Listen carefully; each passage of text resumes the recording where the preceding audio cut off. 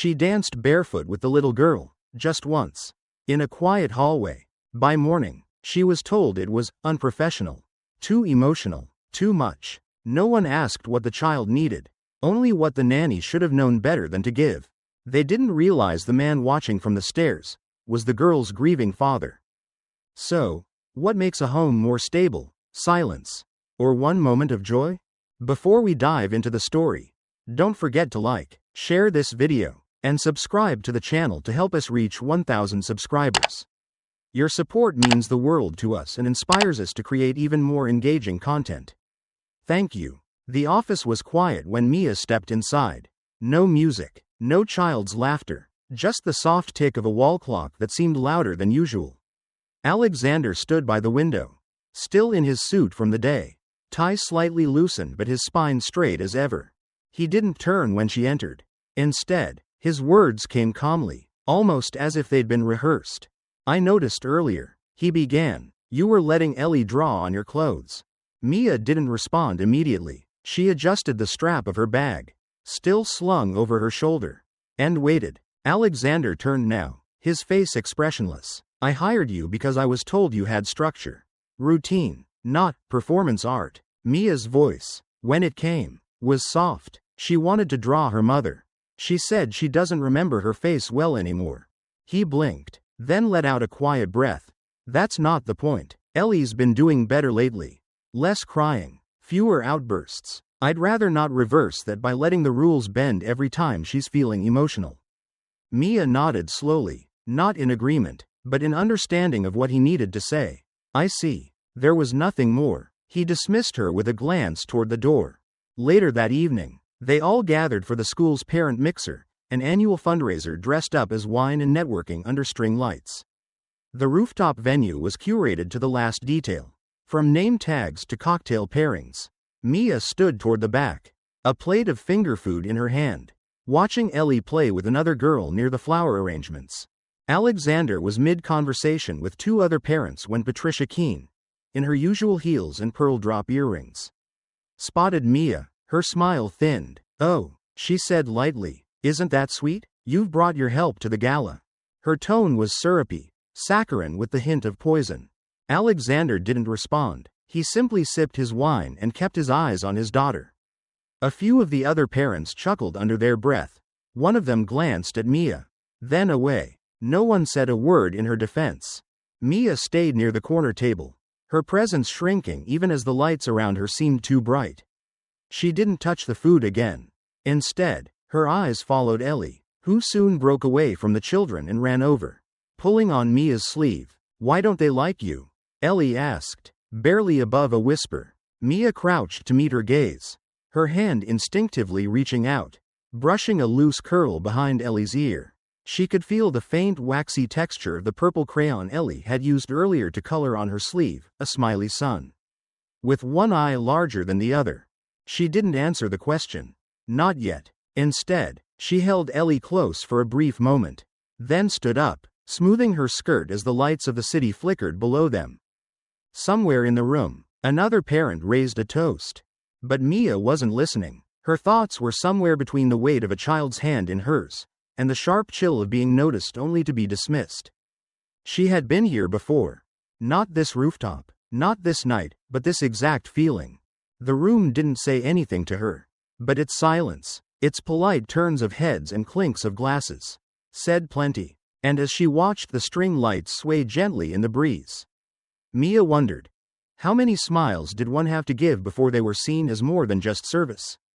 She didn't have an answer, only the echo of Patricia's voice, light as air, still ringing somewhere behind her. It was just after 9 when Mia knocked gently on the study door.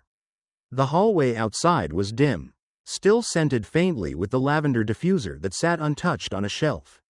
She held a slim folder in her hand, worn at the corners. Inside were printed notes, some sketches, and a few photos of Ellie in quiet moments, painting, smiling, hugging a stuffed bear that hadn't left her side since the second week. Alexander looked up from his laptop. His tie was gone, and his sleeves were rolled neatly to the elbows. But his expression hadn't changed since the morning, composed, measured, unreadable. "I wanted to share something," Mia said, stepping in. He gestured slightly to the chair across from his desk. She sat. I've been keeping notes on Ellie's progress. Not formal, just observations, and some moments that I think might help explain my approach. She opened the folder and laid it on the desk between them. The photos facing him. One of them was Ellie holding up a painting with bold blue swirls. Cheeks flushed from laughing. Another showed her asleep on the couch, a paper crown sliding off her head. Alexander didn't touch them. He folded his hands instead. She's started humming again. Mia continued, voice soft. She hums when she draws. When she plays. Yesterday she told me she wants to write a book about her mom. Just the things she remembers. He stared at the photos. Silent. When he finally spoke, his voice was steady. I appreciate the effort, he said, but that's not what I hired you for. Mia blinked. I hired you to help Ellie develop routine. To restore predictability, not to become her emotional companion. She sat still, letting the words settle, her hands curled slightly on her lap. She's 6, Mia said gently, and she's trying to make sense of a world that changed without her permission. Alexander exhaled through his nose. And structure helps her do that. Mia nodded slowly. Sometimes. But sometimes what she needs isn't rules, it's room. Room to feel, to remember, to be a child. He looked at her then. His jaw tight. I don't want her reliving trauma as playtime. She's not, Mia said, voice barely above a whisper. She's healing through it. He stood up, signaling the conversation was over. I need to know she's in stable hands. Mia, not theatrical ones. There was no anger in his tone. That almost made it worse. Mia stood too, gathering the folder without rushing. As she turned to leave, she paused, eyes drifting to the photograph on the hallway wall. A portrait of a woman in a navy blue dress, seated in a chair near a garden hedge. Her smile was polite, her eyes tired. Was that Ellie's mother? Mia asked softly. Alexander didn't reply. The door clicked shut behind her. In the hallway, the silence pressed in heavier than the walls.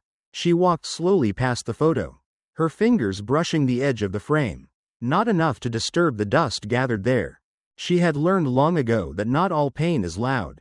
Sometimes it's held together by perfectly ironed shirts, and glass-framed memories, and phrases like, stable hands. But something cracked a little in her that night, not from his words, but from the weight of how easily they erased everything she had tried to build with Ellie. As she reached the end of the hall, Ellie's voice echoed faintly from her bedroom, a soft giggle, a made-up song about a flying cat. Mia stopped, just for a second. She didn't cry, but her shoulders rose, slowly, and then fell. Sometimes kindness stretches itself too thin, and no one notices, until it breaks. The apartment was quiet, too quiet for a home where a child lived. No hum of a cartoon in the background. No scattered toys underfoot, only the faint whirl of the dishwasher, and the slow click of a ceiling fan in the hallway. Mia sat at the edge of the couch, a laptop open on her knees. Her fingers hovered above the keys as if the weight of her next move could tip something inside her. Ellie was napping, curled up with the same worn rabbit she had refused to part with since her mother passed. Click. The folder opened. Mia had forgotten about the little camera Ellie insisted on setting up in the playroom. To capture joy, she had said, so we can rewatch it when things feel gray. At the time, Mia smiled and helped her tape it to a shelf. It was a game, nothing more.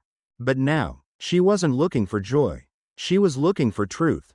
She clicked through several clips, Ellie twirling in circles, scribbling, making up songs with half-forgotten words. Then came one that made Mia stop. The room was dim, late afternoon light crawling across the floor. Ellie sat quietly, hugging her knees. Then she whispered, I don't remember her laugh anymore. A pause, then a sudden burst of tears. Raw and sharp. And Mia, entering from the hallway. Kneeling, not saying a word, just gathering the small girl into her arms. Ellie clung to her, sobbing. Between hiccups, she whispered something Mia hadn't caught in real time. But now, watching it back, she heard it clearly. I thought I wasn't allowed to cry in this house. Mia closed the laptop slowly. Her throat tightened. She had known Ellie was grieving.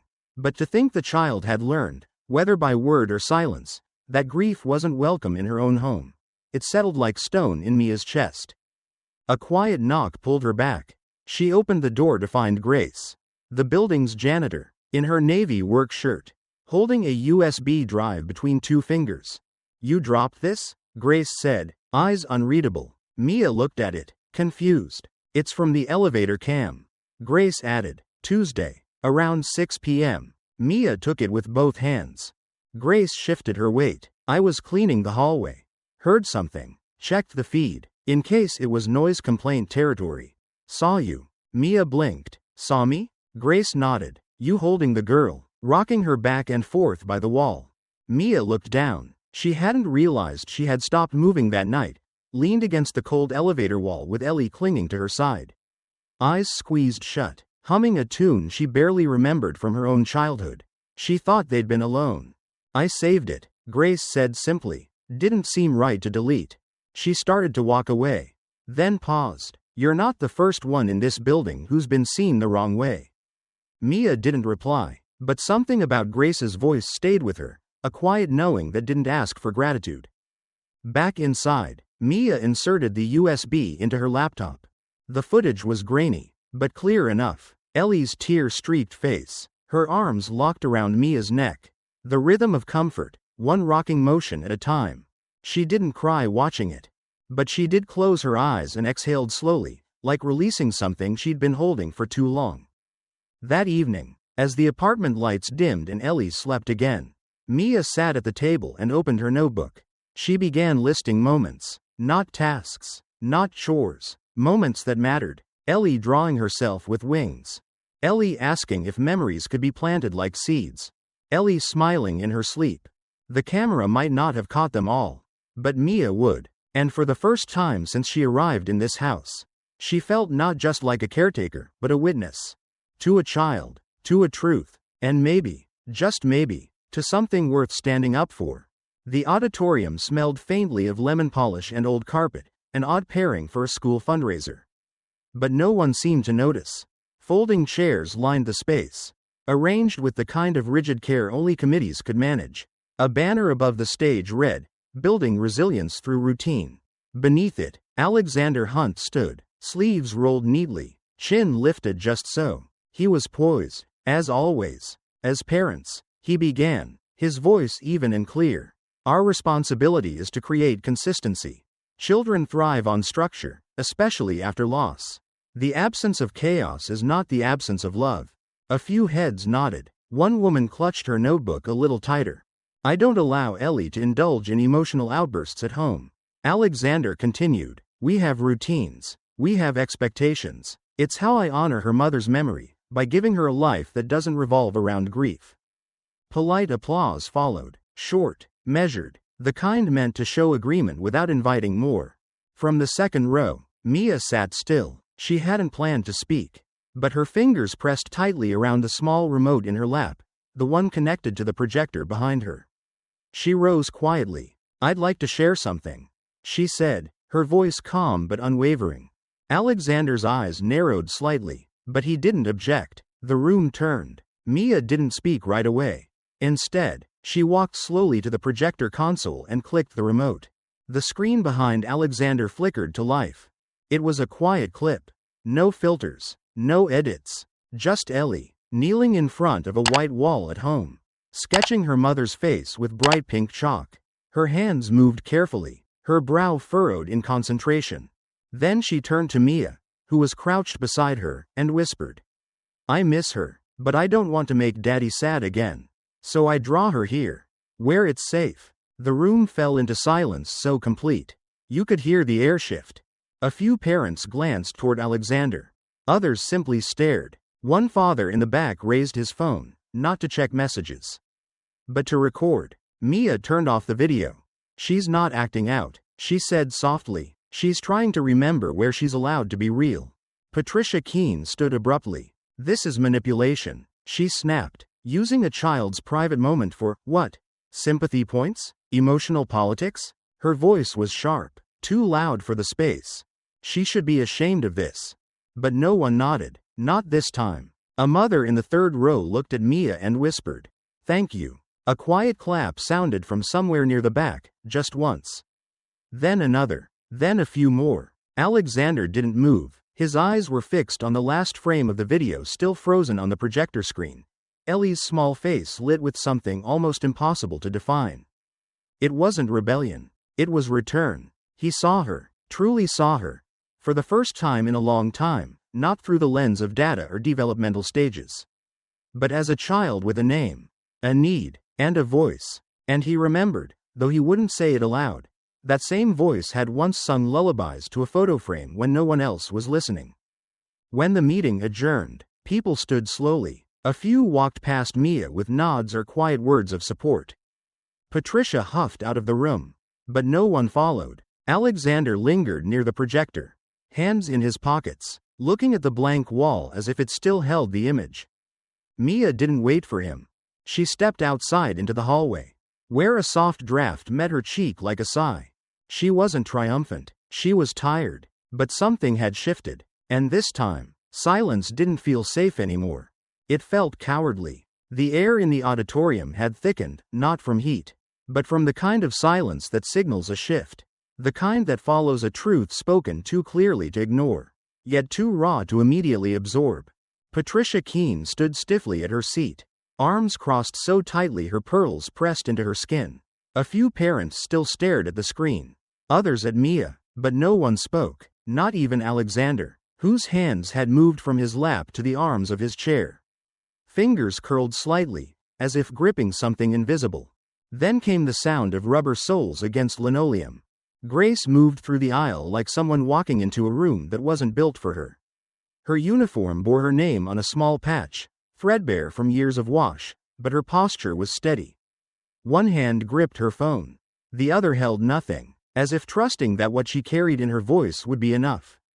"I wasn't going to say anything," she began, voice low but sharp with purpose. "Because people like me usually don't." All eyes turned. Even Patricia froze. "But I'm also a mother," Grace added. "And I've worked in this building 10 years. Cleaned vomit after flu season. Scraped gum off desks. And stayed late to lock up after every fundraiser." She stopped near the front, just steps from the edge of the stage. "This isn't about parenting," she said. "It's about pretending." Then she pressed play. A clipped recording played from her phone. The acoustics were imperfect, but the voice, Patricia's voice, was unmistakable. They let her in? People like her should be in public service programs, not raising kids in Gold Coast penthouses. It's ridiculous. Gasps rose from the crowd, some barely audible, others sharp. A father in the second row sat straighter, eyes narrowed. Someone muttered, "Unbelievable." Patricia's mouth opened, then closed. Her chin trembled slightly. "That was at the coat check last Thursday," Grace said calmly. "I was 10 feet away." Patricia turned toward the crowd. "That's not what I meant. I was frustrated. Things were taken out of context." But no one was nodding this time. A woman near the back stood. "I thought we stopped excusing that kind of talk a long time ago." Then another voice. "If this is how you speak behind closed doors, I don't want you representing our school." Patricia's gaze darted between them, searching for someone, anyone, to pull her out.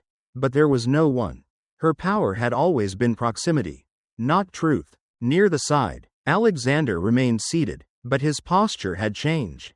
His hands rested now on his knees, face pale, eyes fixed on Mia, not in anger or judgment, but in a kind of dawning, as though everything he'd built so carefully, his rules, his distance, his polished order, had begun to crack. And then Ellie. She broke from the side row, bare feet tapping softly on the floor, her arms outstretched not to her father, but to Mia. She hugged her waist tightly, without looking around, without hesitation, just wrapped herself around Mia like it was the most natural place in the world to land. The room stilled again. Mia didn't speak. She knelt quietly, one hand resting on Ellie's back. Her eyes found Grace's across the room. No words passed between them. Only a nod, quiet acknowledgement from two women who had spent their lives being mistaken for the help, but who had never stopped holding up more than anyone noticed. Patricia sat down heavily, as if gravity had suddenly remembered her name. No one clapped. There was no applause to be had. Just awareness, a shift, a small breach in the polished surface of a world that had, for too long, decided who belonged where, and in that breach, truth settled, unwelcome to some, but finally, undeniably present. By sunrise, the story had already traveled farther than anyone in the school could have imagined. What began as a low-quality phone recording, muffled by distance and nerves, had been reshared, quoted, and analyzed by thousands. The caption was simple but sharp. What she said when she thought no one was listening. Underneath the post, comments poured in, some in disbelief, others in quiet recognition. Parents from other schools began sharing their own stories. Former nannies, teachers, and even students chimed in. What they had once brushed off as small slights now stood in sharper relief. The hashtag Let Ellie Dance trended by mid-morning. By noon, the school's voicemail box was full. A local reporter stationed outside the school gates tried to get a statement. The administration remained silent until they no longer could. A faculty-wide emergency meeting was called. The head of the board, a man whose tie never seemed to sit straight, looked pale as he read the official statement aloud. We regret that comments inconsistent with our values were allowed to go unchecked. We are reviewing all parent committee memberships and reaffirm our commitment to an inclusive and respectful learning environment. The words were polished, rehearsed, but this time, they weren't enough to buffer the weight of public scrutiny. Patricia Keene was removed from the Parent Advisory Board that afternoon. Her nameplate, once gleaming on the hallway wall beside a framed photo of a school gala, was taken down quietly. No announcement followed. What did follow was a shift. Students began whispering less and asking more. A flyer appeared in the teacher's lounge. Dignity is not optional. It's foundational. A group of 8th graders presented a mural design proposal, a tree with different hands as leaves. It was subtle, but it was happening. And then, there was Alexander. He hadn't spoken much publicly. His power had always rested in the unspoken boundaries of his status. But that morning, when asked to address the faculty and parents in a closed-door session, he stepped forward with a different kind of authority. He cleared his throat. For a moment, he looked almost uncertain, but then his voice steadied. For a long time, he said, I believed that stability was the greatest gift I could offer my daughter. I thought silence and order protected her. But I forgot something. He paused, and when he continued, it was softer. No one should see their child's laughter as a risk. The room didn't erupt, it inhaled. That afternoon, workers were seen changing the school's front gate signage. The old motto, tradition and excellence, had weathered decades in brass. By sunset, it read, compassion and growth. No press release explained the change. But students noticed, so did parents. And when Ellie walked past it the next morning, hand in hand with Mia, she paused. She looked up at the letters. Then at her nanny. Did you do that? She asked quietly. Mia smiled. No, sweetheart. We all did. It wasn't an ending. Not yet. But it was, unmistakably, a turn. The floor of the old community center creaked under the weight of tiny feet. Sunlight spilled in through the tall, dust-smeared windows, catching flecks in the air and turning the room into a kind of muted cathedral, one made not for silence, but for motion, for joy. Mia moved gently among the children, adjusting a wrist here, a shoulder there. Her voice was calm, steady, patient, not performative, never performative, but honest. She wasn't teaching them to perform for anyone. She was teaching them how to move through the world and still feel whole. Her shoes were off, as always. She had been offered a full-time position at the school. Alexander had asked twice. A corner office, a team, a title, Director of Emotional Enrichment. The irony wasn't lost on her. She had smiled, declined, and packed her things the same afternoon. Not out of anger, not even protest. Some things simply don't fit inside the frame others build for you. That afternoon, just after the second song ended, the door creaked open. Ellie stood there, hair a little messy, holding something clutched tightly to her chest. She looked older than just a few weeks ago. Or maybe she had always been this way, and no one had bothered to see it. Mia opened her arms without a word. Ellie ran to her and pressed the folded paper against her chest. It's for you, she whispered. Mia unfolded the drawing. Crayon lines, bright reds, blues, soft yellows, formed a room with music notes floating in the air and two figures dancing. One small, one tall, At the bottom, in crooked, careful handwriting, "You are why I know feelings aren't mistakes." Mia didn't speak. She knelt and hugged Ellie tighter than she meant to. Then looser. Just enough. Outside, Alexander stood watching through the cracked glass. He didn't come in. He leaned his hand against the doorframe and simply watched, his expression unreadable. His eyes not moving from the center of the room. He didn't look like a CEO. Not anymore. He looked like a man who had finally understood what it meant to protect without controlling. To love without caging. To parent without projecting. The song changed. The tempo lifted. Mia twirled Ellie gently, and the girl's laughter skipped across the floorboards like light. Alexander turned to leave, but Ellie caught up to him outside, holding his hand as they walked slowly back toward the car. She looked up, thoughtful. "Dad, I don't look like Mom very much. Do I?" He stopped. The wind tugged at the hem of his coat. Then he knelt beside her, cupping her face as if seeing it for the first time, not comparing. Not measuring. "No," he said softly. "You don't look like her at all." He paused. Let the silence stretch, not to fill space, but to honor it. "And that," he added, "is the most beautiful thing I've ever seen." They didn't speak after that. They just walked. And behind them, through the tall windows of the center, music continued, not loud, not perfect, but free. She didn't raise her voice. She just held the child's hand, and in that quiet gesture, everything changed. Sometimes, what shakes a system isn't anger. It's grace in the face of dismissal. Because the world doesn't always need louder rules, it needs braver tenderness. And maybe the question isn't, who's in charge? Maybe it's, who saw the pain, and stayed? If this story touched something in you, maybe a memory, a question, or even a quiet truth, please subscribe to Undercover Truths to walk with us through more untold journeys. Thank you for watching, and see you in the next story.